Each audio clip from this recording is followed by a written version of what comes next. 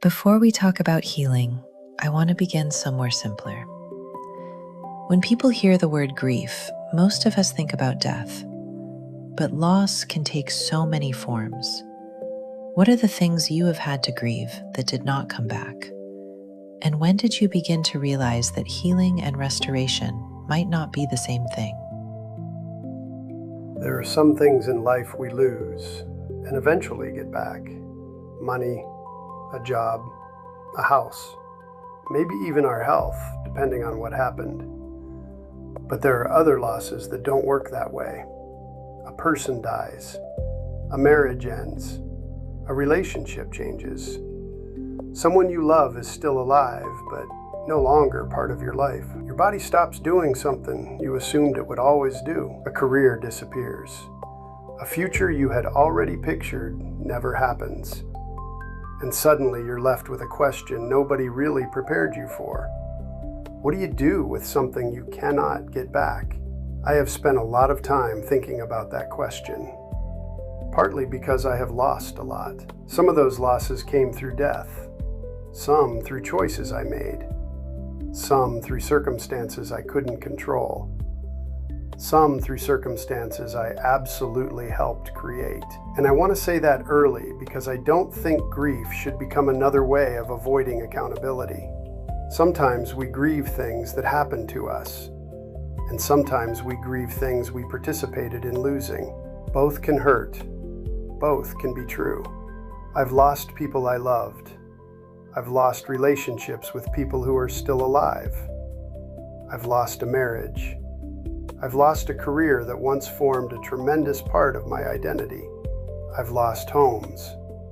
I've lost physical abilities I once assumed would always be there. I've lost versions of myself, and I've lost futures. Futures I had already started living inside my imagination.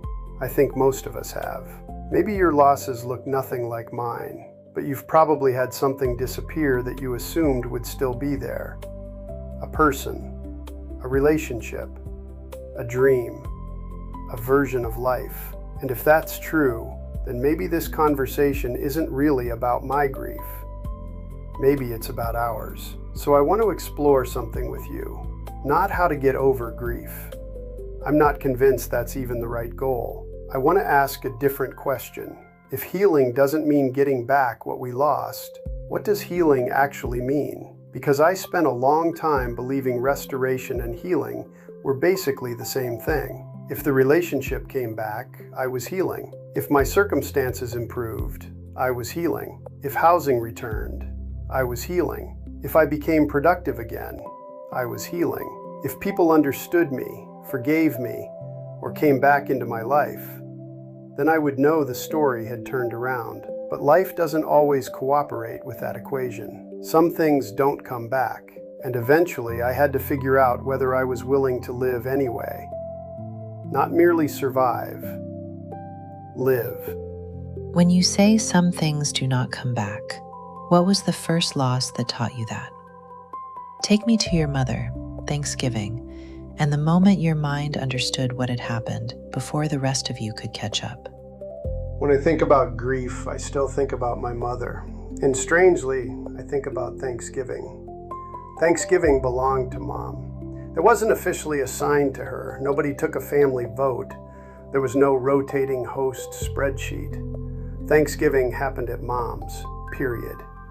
And I loved the preparation almost as much as the holiday. One of my jobs as a kid was polishing the silverware. And for reasons I still cannot completely explain, little Eric thought polishing silverware was fantastic. Some children probably would have considered it punishment. Not me. Give me the silver, give me the polish, I'm in. I liked being part of making Thanksgiving happen. Years later, when my mother's health had deteriorated significantly, she began thinking about giving Thanksgiving up. That wasn't a small decision for her. She talked with my dad about it. She struggled with it. Thanksgiving wasn't just a meal. It was one of the places where Mom's love became visible. Eventually, she decided it was time. She told me, "It is your turn now, son." And then she added the part that still gets me. It is your own silverware you will need to polish for Thanksgiving. She remembered that little boy. She remembered how much I loved helping her. And now she was handing it to me. My table, my house, my silverware, my turn. That first Thanksgiving never happened the way either of us imagined. At 3 o'clock Thanksgiving morning, my father called. Mom had died in her sleep. There are sentences your mind hears immediately and your life understands much later. I went to their house. I don't remember much of the next couple of hours. Shock is strange that way. But I remember walking into her bedroom. I remember leaning over her. And I remember kissing my mother's forehead. That image survived everything else. What didn't happen was tears. None. And later that bothered me. I loved my mother. So where were the tears? I had just kissed her forehead knowing she was gone. But my body wasn't grieving the way I thought grief was supposed to look. Instead, I became functional. Dad was in shock. My brothers were there. There were decisions, calls, funeral arrangements, details, things that needed to happen. And apparently some ancient part of my operating system took control. Crisis. People need you. Handle it. So I did. Some tears came when I spoke at her funeral, but the real collapse came later. 4 days later, I was sitting alone at the desk in my home office. Nobody needed anything. No arrangements. No father to help. No brothers. No audience. No role. And I completely lost it. I don't know that I've ever cried harder in my adult life. Everything my body had apparently postponed came through at once. Mom wasn't a diagnosis. She wasn't diabetes. She wasn't dialysis. She wasn't Thanksgiving. She was my mom. The woman whose fingers used to gently touch my forehead when I was little. The woman whose blow dryer I could hear at the kitchen table in the morning. The woman I called every Friday. The woman whose Swiss steak I can somehow still smell in my memory, even though my body can no longer smell anything at all. Memory apparently doesn't care what the body can do anymore. Joan Didion wrote about something she called magical thinking after her husband died. What struck me most wasn't the phrase, it was the recognition. That strange place where part of you understands the loss and another part of you hasn't received the information yet. I knew Mom was dead. Knowing wasn't the problem. Our weekly Friday call still felt like it should happen. Thanksgiving, always on Thursday, still expected her. Recipes belonged to her. The silverware belonged to her. Certain sounds belonged to her. That's one of the first things grief taught me. Reality can change in 1 second, but the human being living inside that reality changes much more slowly. Maybe you've experienced that. Maybe somebody died, or maybe something else ended. A relationship, a career, a marriage, a home. And intellectually you knew it was over, but part of your life kept turning toward the place where it used to be. Have you ever known something was gone, long before the rest of you was ready to believe it? Maybe that's not denial. Maybe sometimes it's simply love taking longer to learn the new geography. You knew your mother was gone, but the weekly Friday call still felt like it should happen, and Thanksgiving still expected her. When reality finally began catching up with you, what did that do to your faith? Did you ever get angry with God, or ask questions you once thought a Christian was not supposed to ask? There is another part of grief we don't always talk about honestly, especially if we are people of faith. Anger, confusion, the questions we think we're not supposed to ask God. C.S. Lewis wrote A Grief Observed after the death of his wife, and I appreciate that book for one major reason. Lewis did not write like a man standing outside grief explaining it. He wrote from inside it. He wrestled, he questioned, he hurt, and that matters to me. Because sometimes Christian language gets used too quickly around loss. Everything happens for a reason. God needed another angel. She's in a better place. God has a plan. Maybe those sentences comfort some people. I'm not here to take that away from anybody. But there were moments in my own life when I did not need someone to explain God to me. I needed permission to be upset with Him. I needed permission to say, why? Why now? Why her? Why this? Why didn't this prayer change anything? And maybe even, God, where exactly were you in this? I've come to believe that wrestling with God can still be relationship. Sometimes the prayer isn't beautiful. Sometimes it isn't calm. Sometimes it isn't even particularly polite. Sometimes prayer is, help me. Sometimes, why? Sometimes, I'm angry. Sometimes, I don't understand you. And strangely, you're still talking to Him. That matters. Because maybe faith isn't proven by never questioning God. Maybe sometimes faith is proven by continuing the conversation when you don't like the answer. I don't think grief requires us to become theologians. And I don't believe the purpose of loss is to manufacture a spiritual lesson. Some things remain terrible. Some things remain unfair. Some things I would change tomorrow if God handed me the pencil. And I don't think honesty threatens faith. I think pretending does. My own memoir has forced me to hold something difficult. Grace does not erase consequences. Faith does not erase pain. Compassion does not erase accountability. And hope does not require us to call suffering good. Sometimes the most faithful thing we can do is tell the truth about what hurts. You've described anger, questioning, faith, and even moments of acceptance. Did those emotions happen in anything resembling an orderly progression, or did grief keep circling back on you? Most of us have heard about the 5 stages of grief: denial, anger, bargaining, depression, acceptance. Elizabeth Kubler-Ross gave us language that helped generations of people begin talking about dying and loss. The problem came later when popular culture turned those ideas into something almost like a subway map. Stop 1, denial. Stop 2, anger, bargaining, depression, acceptance. Congratulations, you have completed grief. My grief apparently didn't read the instructions. I could accept something in the morning and be furious about it in the afternoon. I could laugh at a memory and then cry 20 minutes later.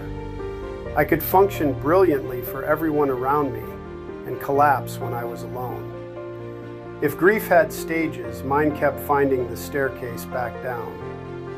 I don't think the emotional vocabulary is the problem. Anger is real. Bargaining is real. That endless, if only, if I had, what if, maybe if I had called sooner, maybe if I'd said something differently, maybe if we'd gone to another doctor, maybe if I'd tried one more time. Our minds become remarkable attorneys after loss. They reopen cases nobody asked them to reopen. They introduce new evidence at 2 o'clock in the morning. They argue both sides, and somehow we are judge, jury, defendant, and grieving family all at once. That's exhausting. Acceptance is real too, but acceptance is not, I'm happy this happened. Acceptance is not approval. Acceptance is reality without negotiation. This happened. I wish it hadn't. I cannot change that it did. Now what? That's a very different form of acceptance, and it took me years to understand it. You've talked about what grief was doing emotionally. What was it doing physically? Where did you begin noticing grief in your body, your sleep, your memory, or even your senses? Chimamanda Ngozi Adichie wrote beautifully about grief after losing her father. One of the things I appreciate about writing like hers is that grief isn't treated only as an idea. It lives in the body. We use phrases like, I'm heartbroken, my stomach dropped, I couldn't breathe, my throat closed, I couldn't eat, I couldn't sleep. And sometimes we say those things figuratively. Sometimes they are frighteningly literal.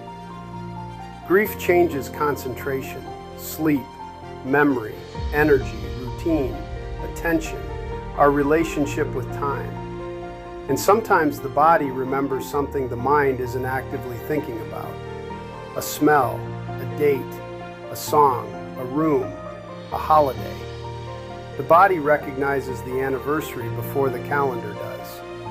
I find this fascinating because we spend years learning people. We learn their footsteps, their voice, their schedule, how they enter a room, which chair they sit in, when they call, how they touch us. Our nervous systems learn them. Then one day they're gone, and somehow we expect the body to instantly update the blueprint. It doesn't. The brain has been predicting someone's presence for years. Grief is partly the painful process of learning absence, and that brings me back to my mother's Swiss steak. I can't smell anymore, physically. That sense is gone. But somewhere inside my brain, the smell remains.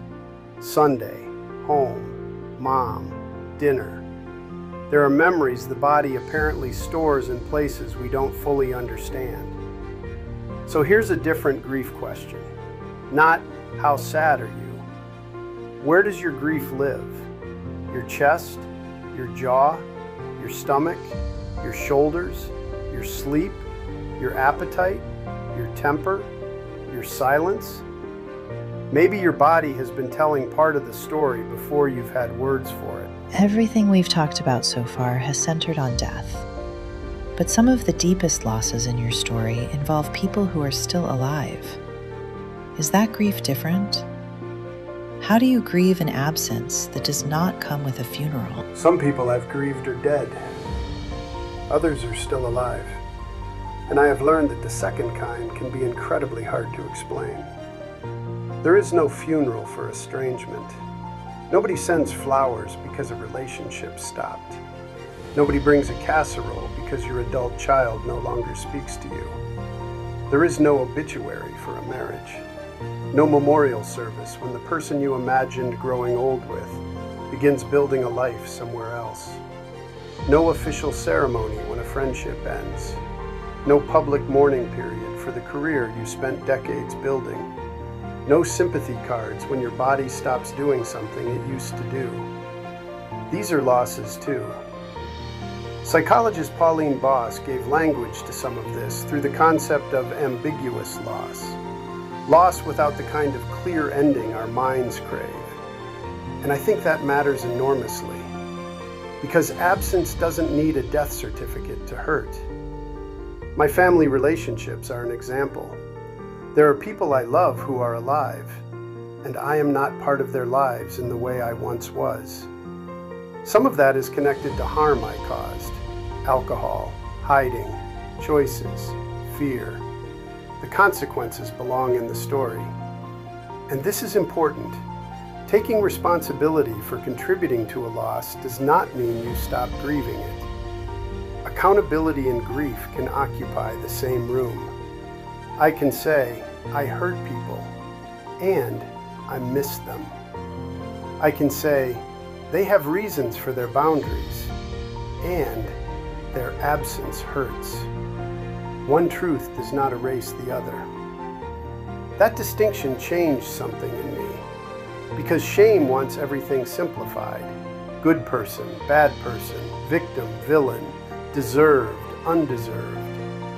But real human relationships are rarely that tidy. Sometimes we participate in creating the very loss that later breaks our heart. And healing requires enough courage to grieve without turning grief into self-exoneration. That's hard, but I think it's possible. When a relationship disappears, are we grieving only the person, or are we also grieving everything we thought was still going to happen with them? What futures had you already begun living in your imagination? There is a form of grief I don't think we name enough, the loss of a future. Human beings don't only live in the present. We live forward. We imagine. We plan. We create internal photographs of moments that haven't happened yet. Retirement with someone, the grandchildren around a table, growing old in the same house, a career trajectory, a graduation, a wedding, a reconciliation, a healthy body, a business handed to the next generation, a relationship with a parent that finally becomes what we hoped it would become. Then something happens, and an entire future disappears. No photograph exists of that future. No memory exists, and yet you grieve it. That's strange when you think about it. We can mourn memories we never got to make. I had futures like that. I assumed certain people would still be there. I assumed certain relationships would still exist. I assumed I knew what aging looked like. I assumed I understood the basic shape of my life. I had already furnished rooms in a house that had never been built, and then the permit was revoked. That's grief too. So maybe one of the questions after loss isn't only, what did I lose? Maybe it's, what future did I lose with it? Sometimes that's where the deepest grief is hiding. When that future disappeared, what happened to the version of Eric who was supposed to live it? How do you grieve a former version of yourself when part of that man was beautiful and another part was unsustainable? There is someone else we occasionally have to grieve, ourselves. Not our life, not another person, the person we used to be. I spent decades as an architect, business owner, leader, provider, husband, father, problem solver. I knew how to walk into complicated situations and start finding answers. That competence became part of how I understood myself. Then disability entered. My body changed. My cognitive abilities changed. My life changed. Eventually, almost every external structure that had once told me who I was disappeared. Career, marriage, home, money, status, roles. And for a while, I thought recovery meant becoming that man again. Get strong enough, get healthy enough, get productive enough, rebuild, return. But there was a problem. Some parts of that man were wonderful. Some parts were killing me. The builder was real. The curiosity was real. The compassion was real. The leadership was real. But so was the belief underneath much of it. My value depends on what I provide. If I can carry it, I should. Being needed means I matter. If I stop producing, what exactly is left? My own formation map eventually gave me language for the difference.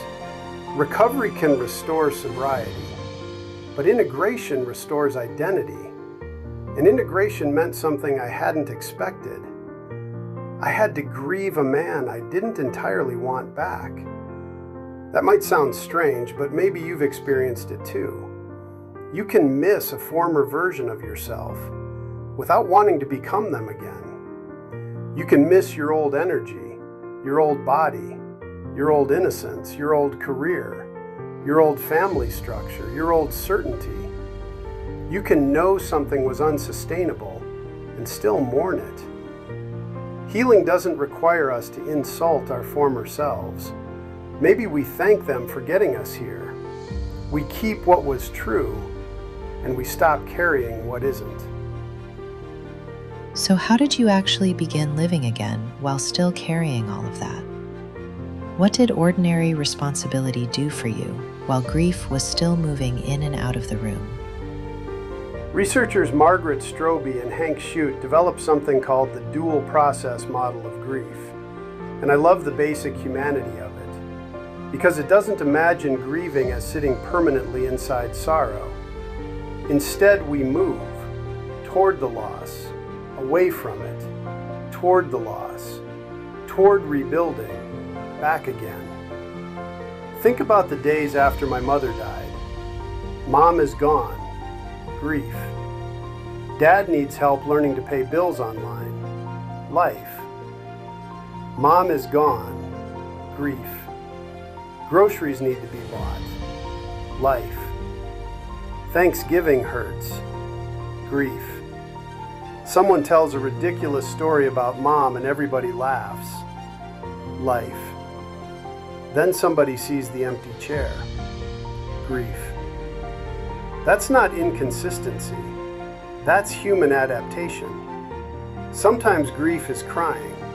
Sometimes grief is filling out paperwork. Sometimes grief is watching television and realizing you haven't thought about the person for an hour, and then feeling guilty about that. I want to say something about that guilt. If you have lost someone, laughing is not betrayal. Having a good day isn't betrayal. Falling in love again isn't betrayal. Building something new isn't betrayal. And returning to grief after 6 months, 6 years, or 20 years doesn't mean you failed to heal. Maybe grief doesn't move forward. Maybe we move around it. Sometimes close, sometimes farther away, but the relationship remains. At what point did living again stop feeling like betrayal and begin becoming something meaningful? And how did you learn to look for meaning without pretending the losses themselves were good? David Kessler has written about meaning as an important part of grief. I think that's useful, but only if we're careful. Because meaning can become another way of insulting pain. Everything happens for a reason. Look at the person you became. Something good came from it. I struggle with that. I have experienced losses that changed me. Some made me more compassionate. Some changed my purpose. Some deepened my faith. Some brought me into relationships and places I would never have known otherwise. But I will not turn that into, therefore I'm glad they happened. I'm not. There are things I would change tomorrow if God handed me the pencil. Meaning isn't calling the loss good. Meaning isn't reimbursement. You don't submit suffering to God and receive personal growth as compensation. Maybe meaning is much simpler. What will I build with what remains? That's a question I understand. I'm a builder. When a building is damaged, there are realities you cannot negotiate with. That beam is gone. That wall is compromised. This material cannot be reused. This room is not going back exactly the way it was. You can spend forever arguing with the damage, or eventually begin designing around reality. That doesn't mean you wanted the damage. It means reality finally made it onto the drawings. Maybe that's part of healing. If meaning is not saying you're glad any of this happened, what have you chosen to carry forward from the people and lives you've lost? I want to end where so much of this began for you, at your mother's table. What did she really hand you when she said, "It is your turn now, son"? After Mom died, I helped Dad learn the parts of ordinary life she had quietly carried for years. Bills, computer, mail, groceries, all those invisible pieces of a home nobody thinks much about until the person who did them is gone. And then Thanksgiving eventually became mine. I carried it big. Of course I did. I wanted the house full, the food, the details, Dad sitting there, family coming through the door. I wanted people to walk in and immediately know Thanksgiving has arrived. Part of that was me. I've always loved creating experiences.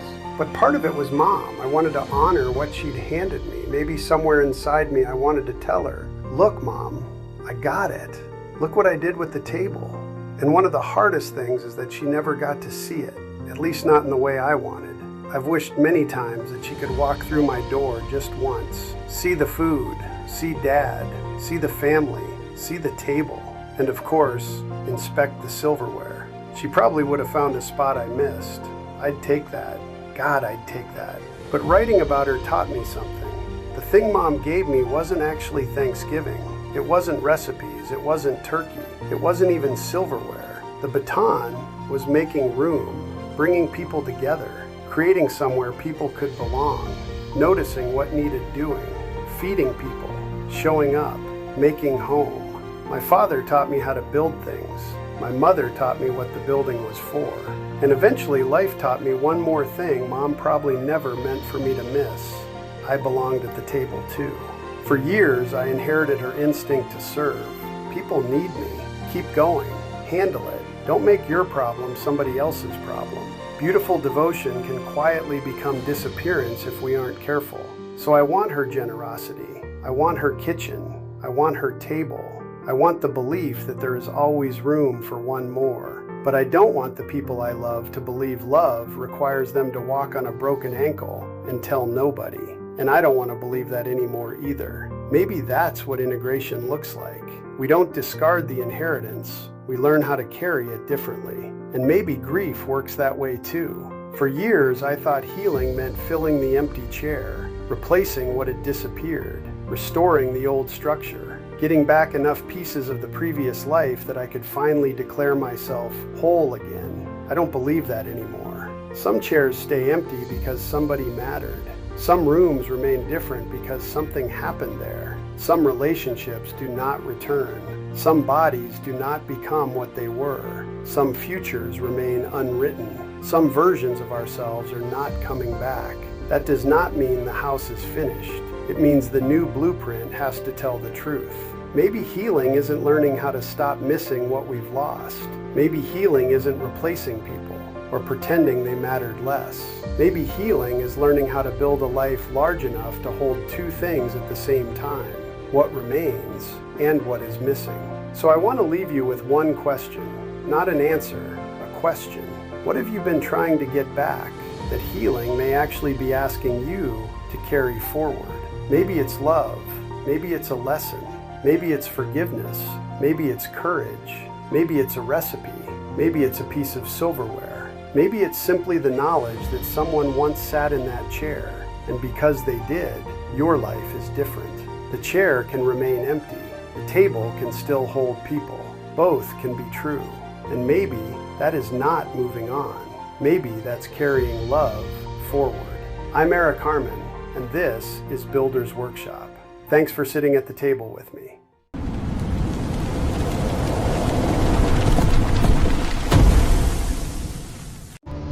EH Builder's Workshop.